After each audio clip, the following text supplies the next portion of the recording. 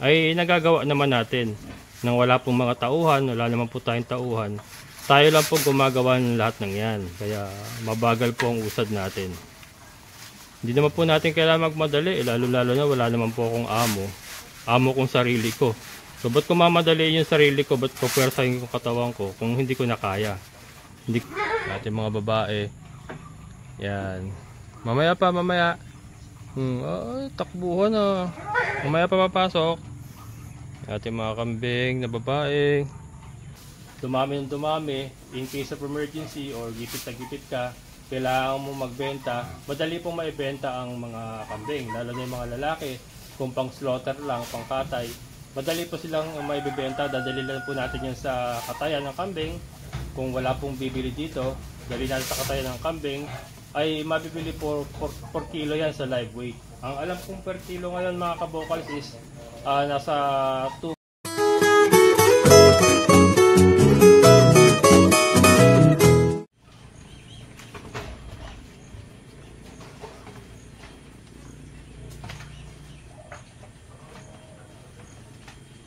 Hello mga kabokals. Ayan, continuation. Yan, kahapon nga po, ito ang ginawa natin, natapos na natin.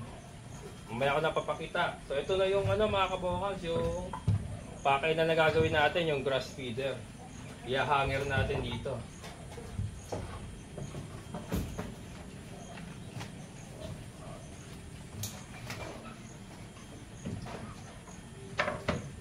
Yan. Ito mahirap dyan yung pagpo-forma, pero pagka na-forma na natin, madali na lang.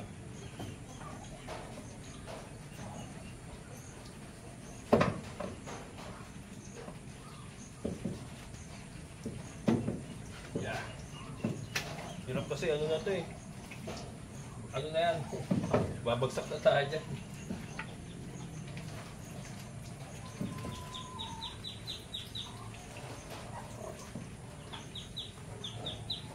Tama, kabukals. Spider-Man.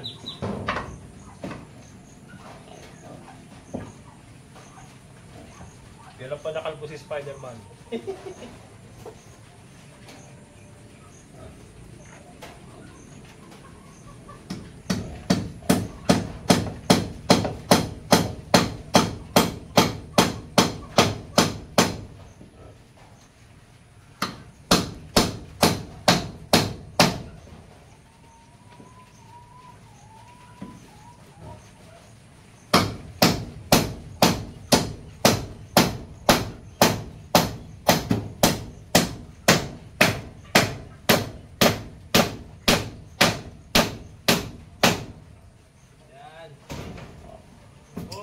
Okay, so alright.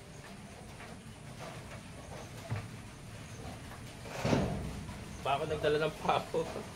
Isa lang dinala ko, lastik na yun. Wait lang mga kabokals ko, ako pako.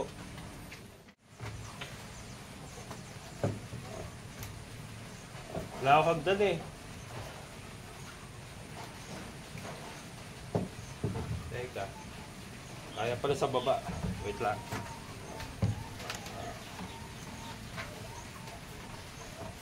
Yan, kaya pala dito mga kabukals, pakahirap pa.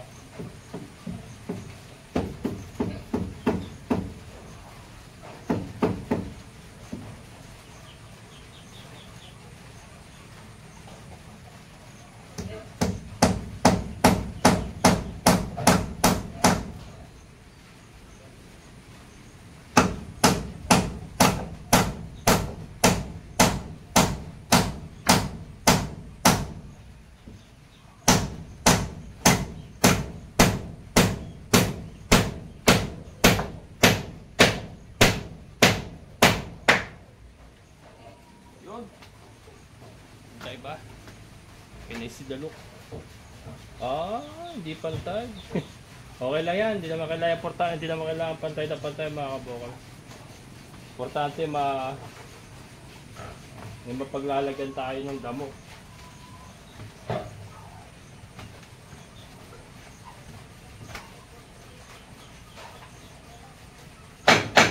Yan. Saka ako natudoblehan lang pa ako pagka na-forma na.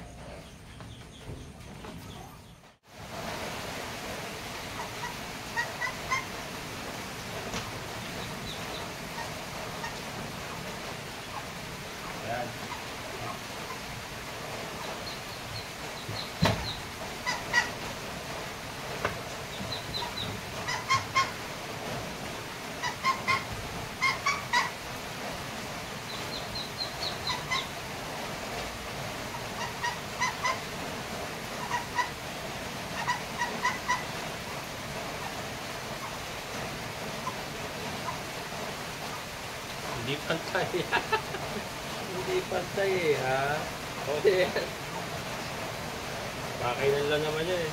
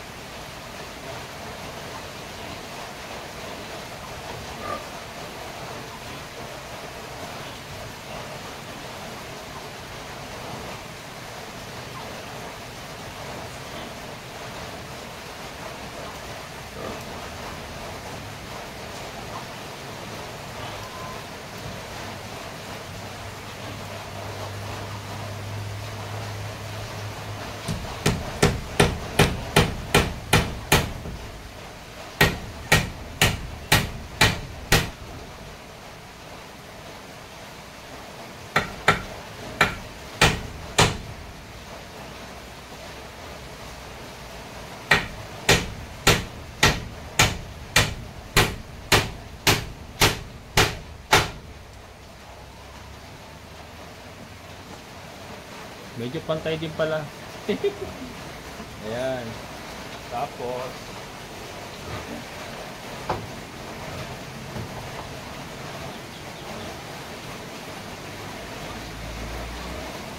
pag ganyan pa yan mga kabokal dito. Pa. Tapos kawayan. Kawayan.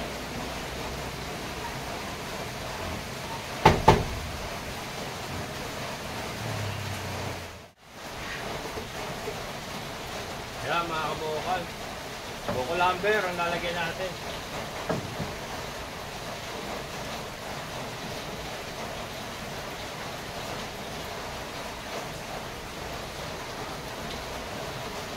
Maliit lang to kasi kay dago lang naman to. Kaya okay lang kahit maliit.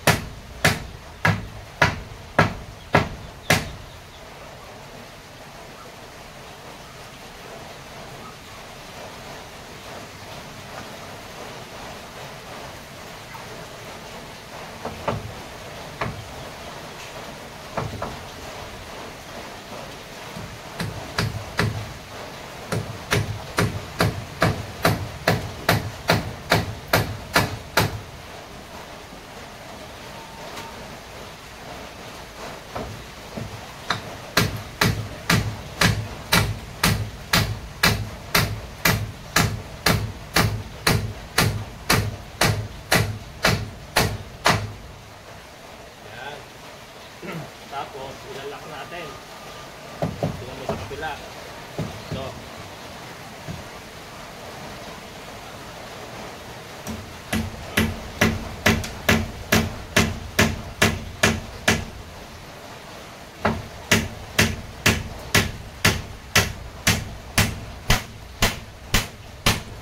Yun.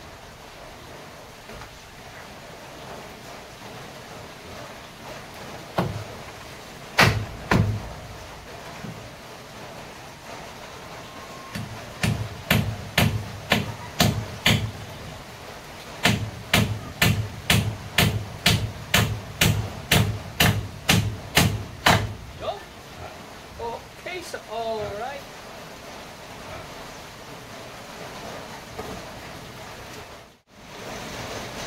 Kaya mga kabukas, lalagyan natin dito sa baba, ganyan. Para hindi tumapon yung damo. At saka pamakuan na rin yung ating yung mga natin, kawayan. Then ito, haharagin niya yung damo para hindi tumutot.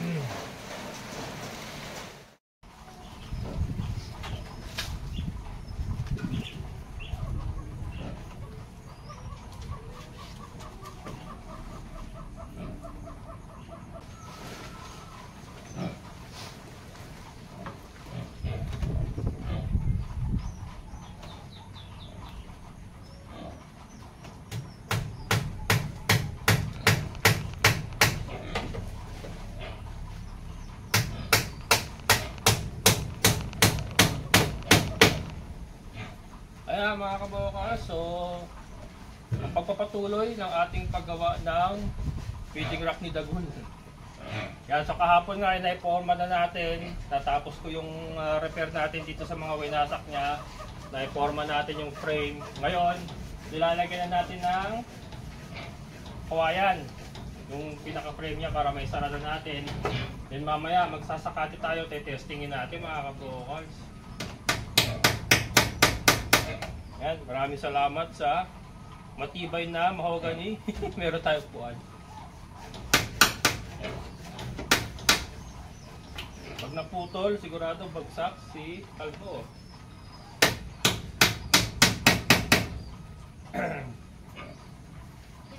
Malapit na mga kabukas.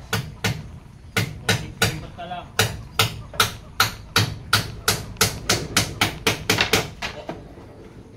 Nagbabadya na naman umulan. Sana umulan para matapos ko muna doon.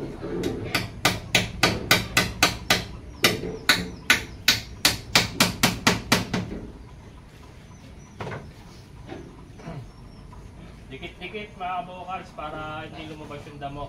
Nandoon sa kabila yung nandoon sa kabila yung may mga siwang para maipasok ni Dagul yung kanyang usok.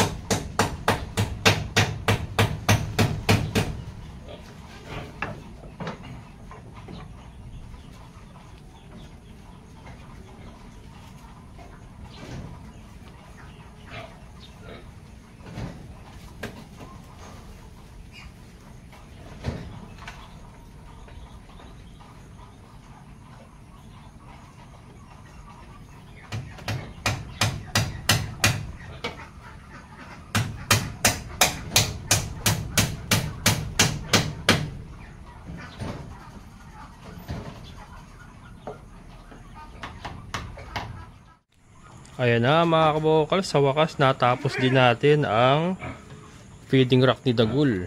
Yan. Yan yung feeding rack ni Dagul mga kabokals.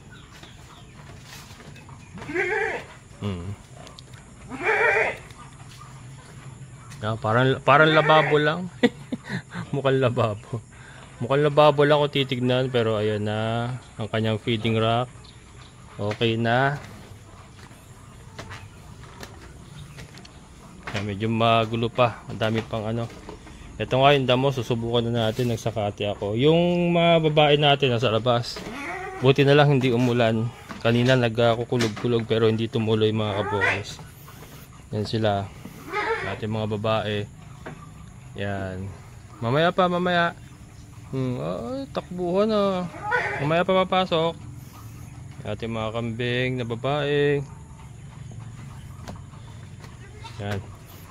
Maliligpit na natin yan. Tapos na ang ating project sa ating goat house. So ito nga po yung pakainan ng ating mga babae. Yan yung pakainan ng ating mga babae. Siyempre hindi ginagamit, nasa labas sila. Yan, ito na mga kabokals. Yung kwarto ni Dagul. Si Dagul, nakaano lang yan, nakadikit sa doon. Kasi nanunuwag eh. Yan ko na, iniksyan ko muna yung tali niya, pero luluwagan na natin. Pero ayan, pakita ko muna. So, papasok tayo para may demo ko na mabuti. Ayan. Let's enter the dragon. Ayan, So, ito na. Ito yung, kung matatandaan nyo, ito po yung mga part na wasak dati. Ayan. Open yan, mga kabokals. Open yan, di ba? Pero yan. So, ito, mga matitibay na inilagay natin. Ayan, mga solid na biniyak ko. Ito, iba nga hindi ko na biniyak. Yan, buuan lang yan. Tapos yung ilalim, yan, sininsinan natin. Sininsinan natin yung ilalim. Ito, at is yan, hindi natin pinalitan yan. Kasi okay pa naman. Ito lang ni-reinforce natin yan. Matitibay na yan. Yan. Tapos ito, may mga siwa nga tayo. Katulad nung pakainan ng mga babae lang din. Para makalulusot yung uso niyan. Para may lulusot niya yung uso. Not yung, hindi yung buong ulo niya, pero itong uso lang. Ito. Ito, pakita mo uso mo. Yan. Ito lang mga kabokals. Ang may lulusot niya dyan. Yan. So, yung damo nga ilalagay natin dito. Ayan. Ayan mga kabokals. So, kita nyo ba? Sa kanyang feeding rack. Maliit lang. Sa kanya lang naman eh. Kaya ganyan lang po kaliit. Ayan. Siyempre, pag napuno natin yan sobra-sobra na sa tummy niya yan. Sapat na sa kanya yan. Diba no, Dagul? So yan, matibay na lahat. Okay naman na lahat. Ayan. Maganda na tignan, diba mga kabokals? And hindi na siya kakain sa lapag. Dito na siya, meron na siyang dining area. Ayan. Meron na siyang pakainan na maayos mga kabokals. Ngayon susubukan natin, lalagyan natin ang damo and then i-release natin siya.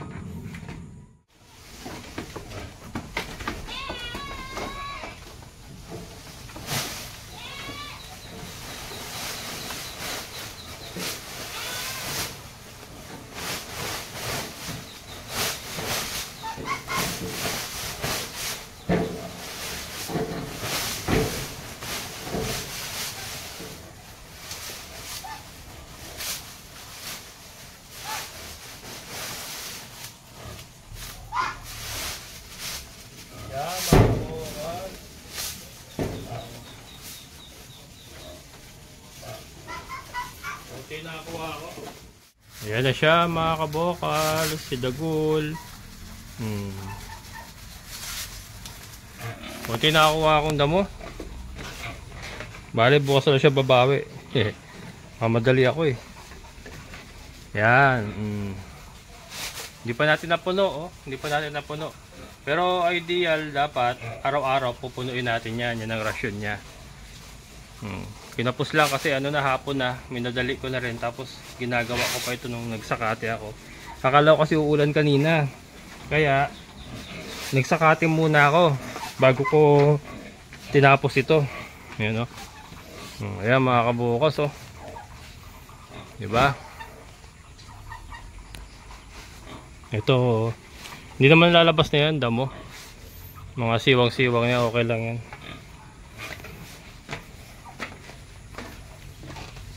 Tayo rito. Ayan. Yan siya mga kabukals, oh. Si Dagul. Yan, haba na yung tali niya. Inabaan na nga natin. Ayan. Ngayon lang kumain yan, hapon na.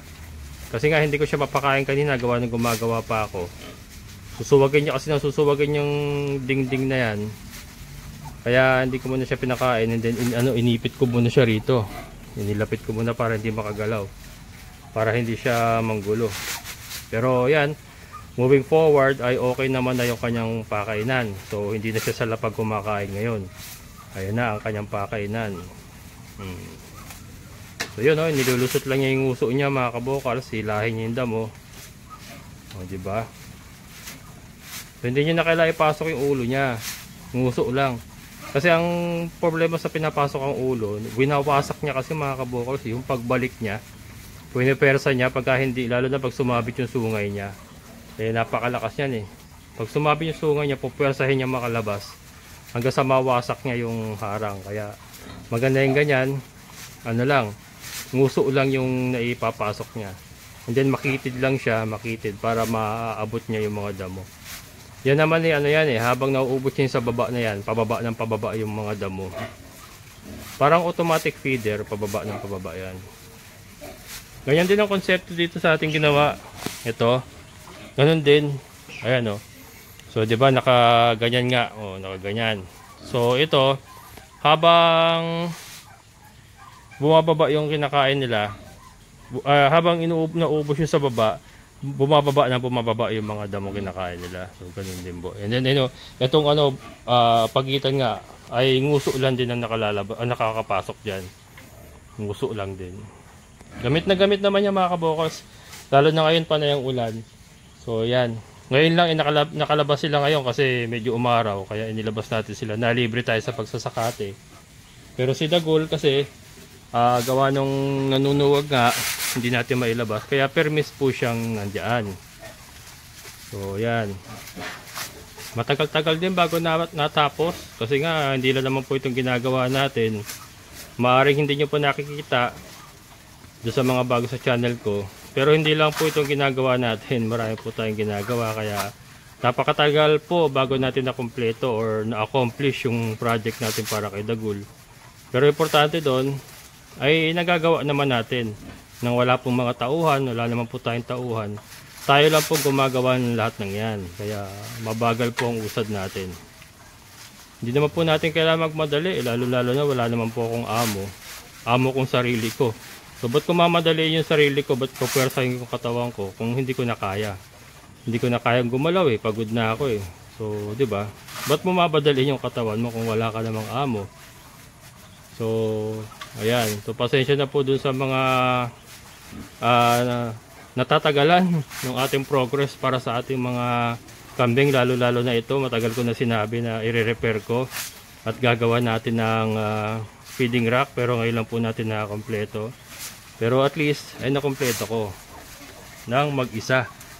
At wala po tayong ibang inasahan. Ayan mga kabukals, si Dagul ay mapapakain natin ng maayos. Actually lahat na sila mapapakain natin ng maayos kasi yung mga inahin natin may yung feeding rack na. And then si Dagul may feeding rack na rin. And then ang problema ito, ayan o. Ako nakita nyo. Sobrang lakas ng hangin kahapon mga kabukals, grabe. Winasak yung ating ayan o. Kung nakita nyo punit-punit yung ating tawag dito, tabing. Punit-punit. Ito. Ito na nadali na naman to. Ito ang pangit sa sakong blue. Katagalan, 1-2 buwan rumurupok siya. Rumurupok siya parang ako, marupok. Hindi, rumurupok talaga mga kabukals. Yan ang problema ko dyan sa well, mura lang naman kasi. Saka ito naman ilang buwan na lang naman yung tag-ulan. So ito, papalitan na lang uli natin Sa tag-ulan naman, sa tag-araw naman walang ganyan. Tinatanggal naman natin sa tag-araw yan. Ngayon lang po yan para pananggal lang sa angge. Kasi nga umaangge, pumapasok ang tubig dito. Pero yan, nag-hold pa naman yan. Siguro isang buga pa ng malakas na hangin katulad kahapon. Ay wasak na. Pero yan, okay lang naman yan. Madali naman palitan yan. Ito ang dito ako natutuwa sa sarili ko kasi na-accomplish ko na rin yung aking project para kay Dagul. Kaya kasi minsan naawa ako dito kumakain sa lapag, ayan. Yung pupo niya sa ihi niya pumupunta sa damo na kinakain niya, kaya kawawa din. Pero yun nga, sabi ko nga kasi nga mag-isa lang naman tayo at napapagod din tayo. Sobrang dami na ginagawa. Kaya talagang natagalan bago ma-accomplish. And pila balde ang mga project or mga gawain natin dito na kailangan tapusin. Pila balde mga kabukals. Ayan, pero unti-unti, one step at a time, one task at a time. Hindi po natin kailangan magmadali.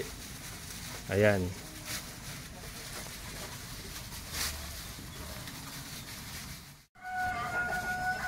Tuwan-tuwa si Kulokoy mga kabukals.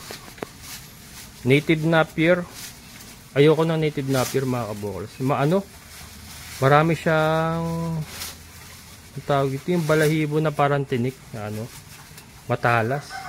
Kaya lang wala akong option kanina kasi nagmamadali ako Ang ginawa ko, yung dulo lang ang kinuha ko, hindi ko na masyadong kinuha yung katawan. Kasi nandun yung mga balahibong parang tinik nasa katawan. Kaya ito puro dahon lang halos yung kinuha ko sa kanya. Ayan. Marami na rin pala yan. Para sa kanya marami na rin yan. Pero maganda talaga mapupuno natin yan. Para talagang masayang masaya si Dagul. And then itong pintuan niya, mabubuksan ko na to. Ito. Kasi ayos na Dati kasi hindi ko mabuksan kasi lumulusot yung mga maliliit. Gawa ng wasak-wasak nga. Wasak-wasak doon. Nakalulusot yung maliliit, lumalabas. Ngayon, mabubuksan ko na to. Yan, mabubuksan ko na permis. Para pagka mayroon naglalanding babae, papasok na lang kay Dagul. So si Dagul po ay parang isang karinderya na bukas sa lahat ng gustong kumain. Yan. Bubuksan na natin yan para bahala na sila dyan. Para naman si Dagul ay sumaya-saya. At nalulungkot na ito Lagi siya naka-isolate Kaya lang yung maliliit kasi bagay hindi pa naman magpapabulig yung maliliit. Mga anak niya na kasi yun Yung mga maliliit natin, mga anak niya na yun. Pero lang si Snow. Si Snow kasi galing sa iba yun. Ayan. So, hindi na natin sila pinapakain ng darak sa mais. Damo. Maraming damo. Tapos tubig na may asin. Yun na lang po ang ating sistema. And then regular na pagpupurga. Yung pagpupurga po, hindi po pwedeng mawala yan sa mga kambing. Napaka-importante ng pagpupurga. Mawala na ang vitamins, wag lang ang pagpupurga. Kailangan niya regular na ginagawa mga kabukal. Ayan. So yung nasa baba niya, kakainin pa niya yan. Nahata kasi. Sabay bumabagsak dun. Pero at least, hindi na yung katulad dati na itinatambak lang natin sa labag. Ayan naman kakainin naman yan. Sa kanyaan nakapwesto, dito siya nagpupupo Dito siya umiihi, nagpupupo. Ayan yung mga pupo niya. Saka ihi. Dito siya. Diyan, malinis dyan. Hindi siya masyado nagpupupo dyan. Kaya okay lang na malaglag dyan. Gutom na gutom yan. Ngayon po alas 5 na. Ngayon lang siya kakain. Well, ngayon lang naman yan. At least naayos ko yung kanyang kulungan. Sige Brad, kain na kain. Marami tayo niya. Daming damo ngayon mga kabukas. Ito yung maganda sa tag-ulan. And then dito sa area natin na marami pang bakanting area na kung saan makakakuha tayo mga libreng damo. Ayan. So kaya tinanggal ko na yung darak sa mais mga kabukas kasi medyo magastos din. Nung nagdadarak pa sa mais sila ay 2 kilo araw-araw sa kanilang lahat. So medyo medyo mahal din kasi gumagastos na tayo ng 40 pesos sa isang araw para sa kanila. Tapos nilalagyan pa natin ng molasses, saka asin. Pero ngayon, maraming damo, tapos yung tubig nila may asin lang. So yun lang po ang ginagawa natin. And yung napansin ko yung mga babae natin mga kabukals, mas gumaganda ang katawan nila pagka puro damo lang, kasi ang dami nila kumain ng damo and then malakas sila uminom ng tubig. Kaya gumaganda yung mga katawan ng mga babae natin. Hindi ganyan din kay Tagul, malakas din kumain ng damo saka malakas uminom. So di ba? Isa po sa dahilan niya kung bakit yung mga kambing nandito pa rin, kasi nga di ba, ang goal natin sa mga manok is tanggalin lahat ng mga non-productive. So itinira nga po natin lahat ng mga layers, binenta natin lahat ng mga oriental fowl natin, pati yung mga kabir. Pero itong kambing kasi mga kaboss, kahit hindi tayo nakakabenta, at least nandyan lang sila, dumadami, wala naman pong gastos yung kanilang pagkain dahil sipag lang, pagod lang naman ang puhunan natin sa pagsasakate pagka maulan. And ito nga, pagka walang ulan, nakalalabas naman sila. So, di ba, halos libre naman po ang pagkain nila. Kaya okay lang i-maintain na sila. Pag dumami naman po ng dumami yan, parang alkansya yan, para ka nagbabangko, dumami ng dumami, in case of emergency or gipit na gipit ka, kailangan mo magbenta. Madali pong maibenta ang mga kambing, lalo na yung mga lalaki. Kung pang slaughter lang, pang katay, madali po silang maibibenta. Dadali lang po natin yan sa katayan ng kambing. Kung wala pong bibili dito, dali natin sa katayan ng kambing, ay mabibili po 4 kilo yan sa live weight. Ang alam kong per kilo ngayon mga kabokals is nasa 240 to 250 ang live weight ng kambing. So, di ba? Madali silang gawing pera. Pero sa ngayon, kaya lang po natin silang dumami. Kaya nga sabi ko, wala naman po masyadong gastos, kaya okay lang. Pero yung mga lalaki, mga kabokals, kung sakasakali mag-aanak sila ng mga lalaki, ayun, dispose ka agad yun, dispose. Kasi isa lang naman ang barako kailangan natin. And siguro, darating ang panahon mga kabokals na pag sobrang dami ng anak ni Tagul, kaya kakailangan na rin po natin siyang palitan ng ibang lahi naman para hindi po tayo mag-inbreeding. So, nasa plano po yun mga kabokals. Yun po yung plano natin sa ating mga kambing. Tutuloy-tuloy lang, hayaan lang natin sila dumami, ikikip natin yung mga babae, didispose natin yung mga lalaki. Yun po ang ating plano gawin sa ating mga kambing. Ayan, so hanggang dito na lang mga kabokals. Maraming salamat sa inyong palaging pagsama. Siyempre sa ating kaibigan po na Sir Boyod, Sir, thank you so much. Ayan, muli ito ang inyong kabokals farmer na nagsabing sabay-sabay tayo mga harap, magsikap at kumilos. Siguradong ulad ang ating amazing na buhay. Bye-bye!